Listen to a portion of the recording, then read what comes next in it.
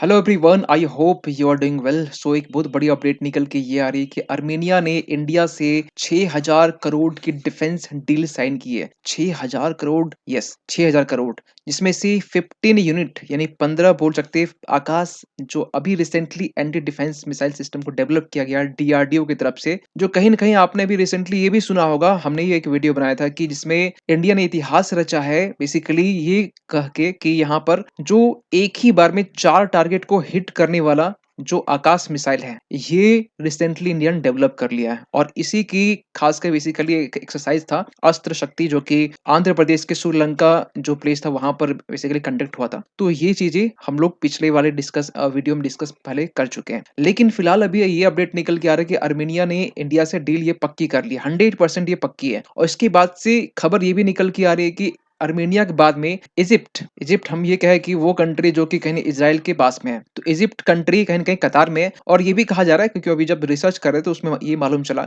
कि इजिप्ट का भी जो डील है ना ऑलमोस्ट ही कंप्लीट है। ये कतार में नहीं है, इसका भी ऑलमोस्ट कंप्लीट है। लेकिन एक सवाल पूरा निकल के आता है कि कि इंडिया से रिसेंटली अभी लोग डिफेंस डील साइन कर रहे हैं, और आप जानकर हैरान भी होंगे, सरप्राइज भी होंगे कि इंडिया अब इस पोजीशन में कि इंडिया अब export defence export deal sign कर रहा है। एक समय था कि इंडिया कहीं न कहीं इम्पोर्टर था, आज भी इम्पोर्टर है, लेकिन आज के टाइम में कहीं न कहीं आत्मनिर्भर भारत के तहत में डीआरडीओ भी जिस तरीके से बेसिकली जिस तरीके से काम कर रहा है, जितना शानदार काम कर रहा है, उस तरीके से हम कह सकते हैं कि जिस तरीके से आकाश मिसाइल को डेवलप किया है, आकाश मिसाइल का वर्जन बहुत सारा डेवलप किया है, इसमें एक्सपोर्ट इंडिया की तरफ से बढ़ने वाले हैं। तो यहाँ पे इस कतार में अभी इजिप्ट भी है, यहाँ तक कि अर्मेनिया के बाद में, इजिप्ट के बाद में जो ब्राजील है, वो भी कहीं न कहीं इस कतार में है। उन्होंने भी यहाँ पर एक इंटरेस्ट दिखाया है। एक्चुअली होता क्या है ना कि किसी भी कंट्री में अगर किसी भी देश का जो डिफेंस सिस्टम है, अगर डिफेंस डील है, अगर लोग इंटरेस्ट ले रहे हैं, एक दुकान है, उस दुकान में अगर भिंडी अच्छे से मिल रही है, वो लोग वहां पर ले रहे हैं, एग्जाम्पल समझ रहे हैं, ठीक है, इसे आप कंपेयर नहीं करना तो, या कोई सामान ले रहा है, ठीक है, तो अगर उसकी डिमांड बढ़ रही है तो लोग इंटरेस्ट लेते हैं, कि लोग इंटरेस्ट दिखाते हैं कि बेसिकली वो क्या सामान बेच रहा है, कि वो लोग वहां पर अट्रैक्ट हो रहे हैं, लोग वहां पर उनकी डिमांड को बढ़ा रहे हैं। तो ये चीजें कहीं न कहीं इंडिया इस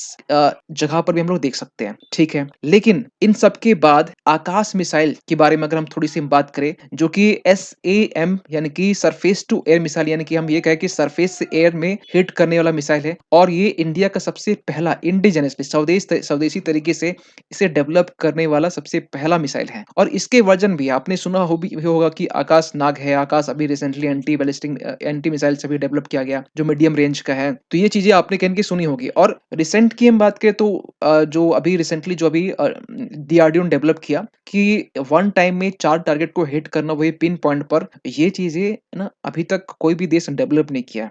बेसिकली किताबों में सभी लोग बोलते हैं, बोलने के सभी लोग बोलते हैं, लेकिन प्रैक्टिकली जो है ना किसी भी देश ने ऐसा करके नहीं दिखाया है। आप बोलेंगे कि सर आयरन डोम तो है, आयरन डोम जो है वो स्मॉल रेंज के लिए, शॉर्ट रेंज के लिए, शॉर्ट रेंज ये एंटी जो डिफेंस डिफेंस सिस्टम है, वो आयरन डोम है जो कि इजराइल के पास में है। लेकिन इनकी बात करें तो ये मीडियम रेंज है, और मीडियम रेंज में अभी तक किसी ने ऐसा नहीं किया। हाँ, 4 टारगेट को हिट करने वाला इंडिया की अभी तक, इसके पहले एक तो सभी लोग कर लेते हैं, ठीक है, एक दो कर लेते हैं, लेकिन 4 अभी तक किसी ने डेवलप नहीं किया है। अमेरिका का जो नासकम करके है 1 2 3, इन्होंने भी नहीं किया है। तो बेसिकली यहाँ पूरा हम देख सकते हैं पिक्चर में कि इंडिया जो है इस मामले में भी नंबर 1 में है, टॉप में है। तो अब क्या, अब ये जो बेसिकली ये जो डिफेंस सिस्टम जो अर्मेनिया, जो कि अर्मेनिया यहाँ पर आप देख सकते हैं मैप में, इनके साथ शाइन हुआ है। और इंडिया का रिलेशंस अर्मेनिया के साथ में अच्छा है। अजरबैजान एक इस्लामिक कंट्री है, जो कि पाकिस्तान के साथ में इनका रिलेशन बहुत अच्छा माना जाता है। और अर्मेनिया अजरबैजान के बीच में टेरिटरी का कॉन्फ्लिक्ट बेसिकली चलता रहता है, वो भी किसको लेकर, तो नागोर्नो काराबाख कॉन्फ्लिक्ट को लेकर। ये जो एरिया है, ये एरिया अर्मेनिया के पास में था, और 2020 में अजरबैजान ने इसे अपने अंदर कैप्चर कर लिया। और यहाँ पर एक छोटा सा बोल सकते हैं एक रास्ता भी है, आई होप के दिमाग से निकल रहा है, उसको लेकर भी कहीं न कहीं इशू होती रहते हैं। और आपने ये भी देखा होगा कि रिसेंटली 1 महीने के अंदर में हमने वीडियो बनाए होंगे कि इसमें अजरबैजान बार-बार वॉर डिक्लेयर करता है। अजरबैजान ने इंडिया को ये कहा कि आप अर्मेनिया को जो वेपन्स सप्लाई इसे देना बंद करें, अर्मेनिया को और फ्रांस को। ये भी इसके रिगार्डिंग में वीडियो हमने बनाया है, इसका लिंक डिस्क्रिप्शन में हम दे देंगे। तो ये चीज़ चल रही है अर्मेनिया अजरबैजान को लेकर। तो यही अर्मेनिया है, क्योंकि देखिए अर्मेनिया जो कंट्री है लेकिन अभी इस टाइम में इंडिया से क्लोजनेस देखा जा रहा है। इसके पीछे बचा रीजन है। रीजन क्या है? क्योंकि आर्मेनिया का जो रिलेशन है ना, इसका रिलेशन रशिया के साथ में अच्छा माना जाता था, ठीक है? लेकिन अब ऐसा क्या हो गया? आर्मेनिया और रशिया के बीच में एक तो ट्रीटी भी साइन हुई थी, CSTO यानी कि कलेक्टिव सिक्योरिटी ट्रीटी ऑर्गेनाइजेशन, जिसमें जस्ट लाइक नाटो की तरह था कि अगर आर्मेनिया के ऊपर किसी कोई अटैक करता है, अगर वॉर में इन्वॉल्व होता है, तो रशिया उसका बचाव करेगा। लेकिन 2020 में जब आर्मेनिया और अज़रबैजान के बीच में जब वॉर का सिचुएशन आया, तो रशिया ने यहाँ पर आर्मेनिया को धोखा दे दिया। तो यहाँ से आर्मेनिया का जो एक विश्वास है वो टूट गया। और रिसेंट की हम बात करें तो 23 में जब CSTO की यानी कलेक्टिव सिक्योरिटी ट्रीटी ऑर्गेनाइजेशन जब एक समिट हुई, इसमें आर्मेनिया ने जाने के लिए मना कर दिया, अटेंड ही नहीं किया। तो आर्मेनिया यहाँ पे इसलिए भी इंपॉर्टेंट है, ठीक है? तो इसलिए आर्मेनिया यहाँ पर खासकर ऑल और जो अल्टरनेटिव है इसकी तरफ देख रहा है, इंडिया की तरफ देख रहा है, और यहाँ तक कि फ्रांस की तरफ देख रहा है, यूरोपियन कंट्री की तरफ देख रहा है, वेस्टर्न कंट्री की तरफ देख रहा है, ठीक है? और आर्मेनिया का पक्का एक जो दुश्मन है ना, वो पाकिस्तान है और कुछ इस्लामिक कंट्री है, ठीक है? लेकिन इंडिया के बारे में बात करें, इंडिया ऐसा नहीं कि आर्मेनिया को सबसे पहला एक्सपोर्ट डील साइन हुआ है और डिफेंस डील साइन हुआ है, नहीं। इसके पहले भी हम बात करें, हमने वीडियो बनाया भी इसके रिगार्डिंग कि फिलीपींस में रिसेंटली अभी एक डील साइन हुई है ब्रह्मोस मिसाइल्स के एक्सपोर्ट को लेकर 4,000 करोड़ आई समथिंग, इसी तरह कुछ रेंज के आसपास होगा डील, अमाउंट याद नहीं आ रहा है। तो इस तरीके से ब्रह्मोस मिसाइल का भी डील फिलीपींस से साइन हुआ है। तो इंडिया एक्सपोर्ट के फील्ड में देखा जाए आज के टाइम में कहीं कहीं बेहतर करता जा रहा है। और मतलब अभी के रिसेंटली सिप्री की माने तो यानी Stockholm International Peace Research Institute की माने तो जो बेसिकली रैंक रिलीज करता है डिफेंस के मामले में जो एक्सपोर्ट इंपोर्ट करते हैं, इसके इस डेटा के अकॉर्डिंग इंडिया जो है टॉप 10 की लिस्ट में नहीं आता है, ठीक है? अभी की कंडीशन जैसा देखा जाए टॉप 10 नहीं, लेकिन आगे आने वाले टाइम में 2030 तक में एक दौर वो भी आएगा कि हम लोग कहीं न कहीं टॉप 10 के अंदर में रहेंगे 2030 तक में। ये मतलब ये मैक्सिमम लिमिट है, हो सकता है इसके पहले। लेकिन एक सवाल निकल के आता है कि तो अभी इस टाइम में ना यूएस सबसे टॉप में है जो कि 40% एक्सपोर्ट करता है डिफेंस को लेकर। फिर रशिया है, फ्रांस है, चाइना जो है टॉप 4 में आता है, जर्मनी है, इटली है, यूके है, स्पेन है, साउथ कोरिया है, इजराइल है। ये सारे टॉप 10 कंट्री है। इंडिया का यहाँ पर कहीं पर नामो निशान नहीं। इजराइल जैसा छोटा देश जो कि डिफेंस डील एक्सपोर्ट सोचिए 2.3% साउथ कोरिया के आसपास, साउथ कोरिया भी कर रहा है आज के टाइम में, आज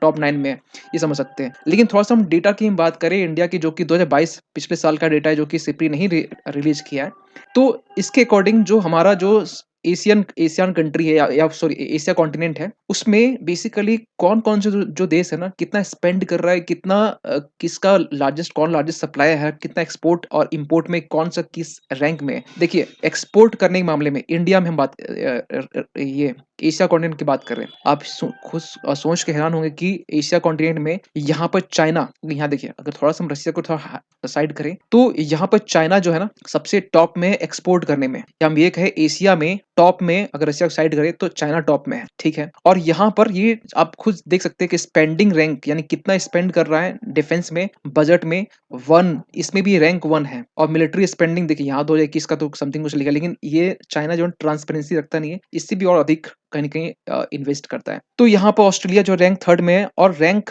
4 में यहाँ पर इंडिया है। तो इंडिया कहीं न कहीं पूरे हम यहाँ पर इस रिपोर्ट की माने तो इसमें इंडिया जो है वो रैंक 4 में एक्सपोर्ट में, भले ही कुछ काउंट नहीं है, भले ही मतलब बहुत ना के बराबर एक्सपोर्ट कर रहा है, लेकिन फिर भी यहाँ पर रैंक 4 में है। देखिए, एक सवाल निकल के आता है ना कि ये देश किससे बेसिकली जो इनका सप्लायर कौन है? तो इंडिया का सबसे लार्जेस्ट सप्लायर आज भी, ठीक है, यानी कि रशिया है, ठीक है? इंडिया आज के टाइम में कहीं न कहीं अपना रूट बदला है और बहुत सारे डिफरेंट कंट्री से डील कर रहा है। लेकिन चाइना का भी हम देखा जाए तो रशिया ही इसका जो मेन एक्सपोर्टर है, सॉरी मेन इंपोर्टर, जो सॉरी लार्जेस्ट सप्लाई वही है। ऑस्ट्रेलिया की बात करें जो रैंक 3rd में एक्सपोर्ट में और रैंक 2 इंपोर्ट में है, और इंडिया सबसे ज्यादा इंपोर्ट करता है। आप यहाँ देखिए रैंक 1 इंपोर्ट में है और स्पेंडिंग मामले में चाइना के बाद में 2nd में आता है। तो ये बेसिकली ये जो डेटा है कितना सही कितना गलत है, सिप्री ही जाने। सिप्री का ही जो डेटा है कहीं हम लोग कंसीडर करते हैं डिफेंस के मामले में कि कौन सा कंट्री किस रैंक में है। तो इसकी माने तो कहीं न कहीं इंडिया जो है ना आर्म्स एक्सपोर्ट या इंपोर्ट के मामले में जो या फिर इंडो पैसिफिक रीजन में इंडो पैसिफिक रीजन की कंपेयर किए, क्योंकि हम एशिया कॉन्टिनेंट इंडो पैसिफिक की हम बात कर रहे थे। यहाँ पर तो रसिया को छोड़ दे तो रसिया बेसिकली यहाँ पर तो सबसे नंबर 1 होगा। तो बेसिकली यहाँ पर चाइना ज़्यादा एक्सपोर्ट कर रहा है, फिर इसके बाद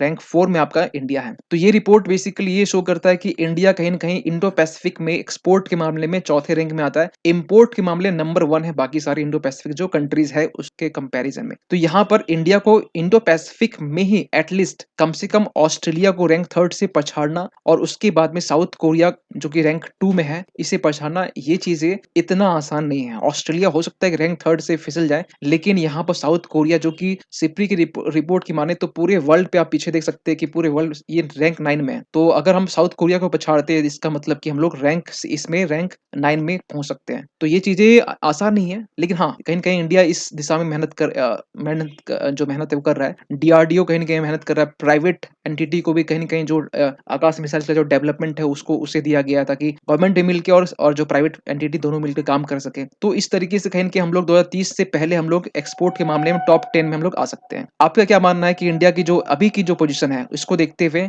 इंडिया को क्या करना चाहिए? तो मिलते हैं किसी अगली वीडियो में, तब तक के लिए थैंक यू सो मच।